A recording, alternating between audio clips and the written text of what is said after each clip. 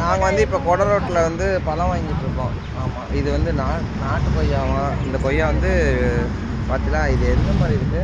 Avocado மாதிரியே இருக்கு. மாம்பழத்தை எடு கூட. அது மாம்பழத்தை ஆப்பிள் திராட்சை பெட்டி வந்து 100 ரூபாயா.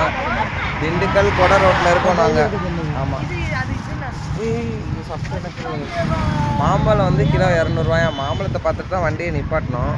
ஆனால் 200 ரூபாயா. இப்போ சீசன் இல்லையா, அதனால வந்து